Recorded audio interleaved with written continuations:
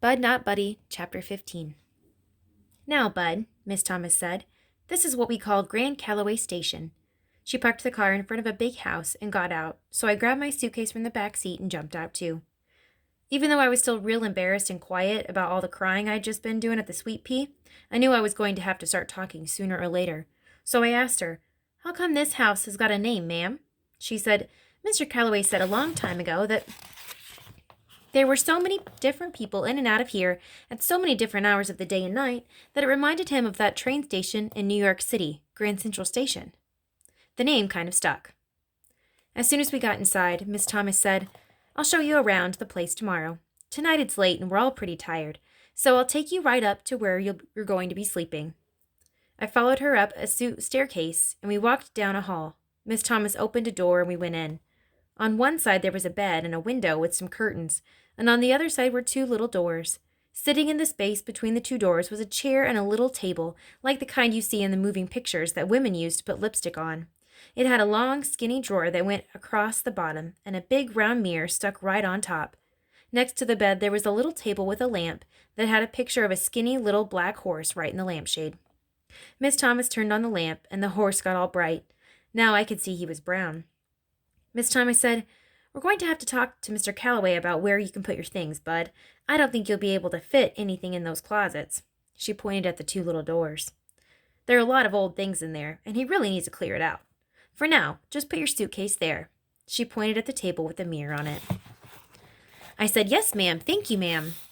She smiled and said, "Okay, I guess that's it. The first door in the hall on the left is my room. The second door is Mr. Calloway's, and the door on the right is the bathroom. Do you think you'll be all right?" I would, except all those two little doors were starting to make me nervous. They looked like they were just the right size for a young Frankenstein or wolf man to come busting out of once all the grown folks left the room. And since there was only one chair in the room, I wouldn't be able to block both of the doors off. I said, "I'll probably be okay, ma'am, but there's one thing I'm wondering about." "What's that, sweetheart?" I pointed at the doors and said, "Are those locked?"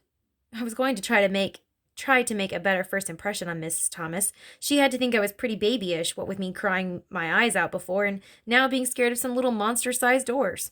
She laughed and said, "I don't think they're locked, Bud. There's nothing in there but girls' clothes and toys." I said, "Won't the girl get mad if she comes back in here and I'm sleeping in her bed?" Miss Thomas waited a second, like she had to think. She finally said, "No, Bud, I don't think you have to worry about that. She's gone."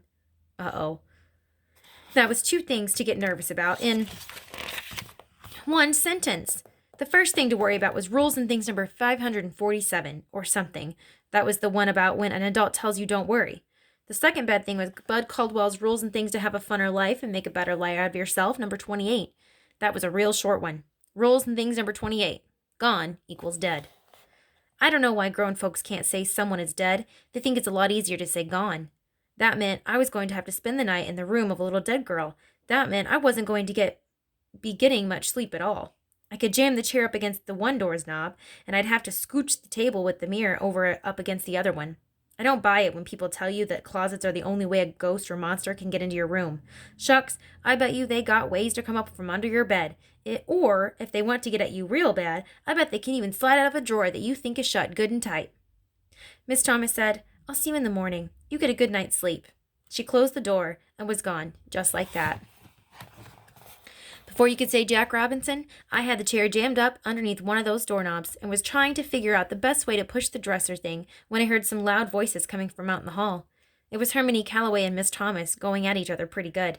They argued back and forth, so I sat on the bed and put my suitcase in my lap, hoping that Mr. Calloway would win the argument and they'd give me some other place to sleep. I can never get why grown folks will put a kid all alone in a bedroom at night. It's just like they give the ghost a treasure map, and instead of there being a big pot of gold where X marks the spot, there's some poor kid that's sound asleep. The door banged open, and Hermione Calloway stood there huffing and puffing like the big bad wolf. Only with his belly, it looked like he'd already eaten the three little pigs. I wasn't too worried because I could see the toes of Miss Thomas's shoes in the doorway. Hermione Calloway looked at me, sitting on the bed, and rushed over to the first little closet door. With one mighty huff, he swept the ghost-blocking chair away and stuck a key in the lock. Then he stomped over to the other closet door and locked it, too. He kind of whispered to Miss Thomas, so Miss Thomas couldn't hear. "You've got the rest of them fooled, but not me. There's something about you that I don't like. I'm going to find out what your game is, and believe you me, scamp, you're going back where you belong." He stuck the key back in his pants pocket, walked out of the room, and slammed the door. The door wasn't even done shaking from being slammed so hard when it jumped open again. Harmony Calloway pointed a finger at me and said, "And you better not do any snooping around this room or anywhere else in this house. I know where every single thing belongs, and I can tell right away when something's missing. I've got little secret bells all over and everything, and over everything, and when something's stolen, the bell goes off, and only I can hear it, so watch your step." The poor door got slammed again. Miss Thomas said, "You know, Herman, half the time I don't know if I should laugh at you or just feel sorry for you." What Harmony Calloway said reminded me of what they used to tell us when they'd take us kids from the home to the YMCA to go swimming. Before we'd start swimming, the white lifeguard made us sit on the edge of the pool with just our feet in the water. He'd say, "We've had problems with you children urinating in the pool in the past. We've begged you and pleaded with you to stop, but you don't seem to get the message. This was forced the Y to spend a great deal of money to put a special new kind of magic chemical in the water. The chemical reacts to turn water contaminated with urine a bright red. Therefore, if you urinate in a pool, a bright red cloud will surround you, and we will be able to tell who has relieved themselves. The chemical also causes severe burns to the skin of the urinator. So if a red cloud appears around any of you people, and you will be arrested by the Flint police. You will go to the hospital to fix your burns. You will go to the jail, and then your name will go on the list that says you can't swim in any pool in any building anywhere in the world. If a red cloud appears around any of you people, you will from that moment on be swimming nowhere but in the Flint River." Shucks, nothing makes you want to pee in a pool more than someone who thinks you're stupid telling you not to do it, and nothing makes you want to steal something more than having somebody who doesn't even know you're honest telling you not to steal. Harmony Calloway didn't have to worry. I was a liar, not a thief. The only thing I'd ever stole was food out of someone's garbage can. He was so doggone mean and hard to get along with, just didn't seem like it was true that he could be anyone's daddy.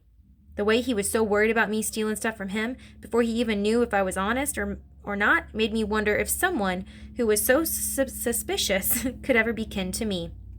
I looked around the little dead girl's room and could see that even a hard-up thief wouldn't find nothing worth much stealing in here. The best thing in the whole world was one wall that was covered with pictures of some horses cut out of a bunch of magazines and stuck on the wall with thumbtacks. It looked like someone went through a lot of trouble to do it.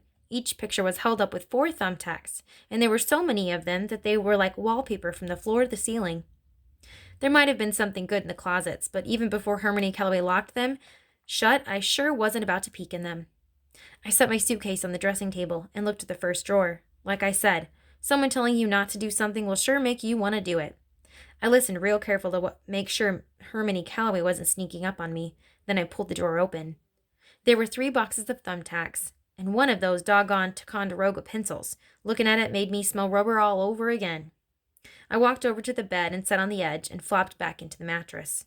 Man, it was the softest thing I'd ever felt in my life. I rubbed my arms up and down on the blanket and pulled the pillow out and put it under my head. The bed had 2 sheets on it, just like Toddy Boy's. It was strange, even though this was the bedroom of some little girl who'd kicked the bucket. I wasn't feeling scared or nervous at all. I took in a deep, deep breath, and it felt like I was sleeping with my own blanket wrapped around my head. I took in a couple more deep breaths, and I could hear Mama starting to read another story to me.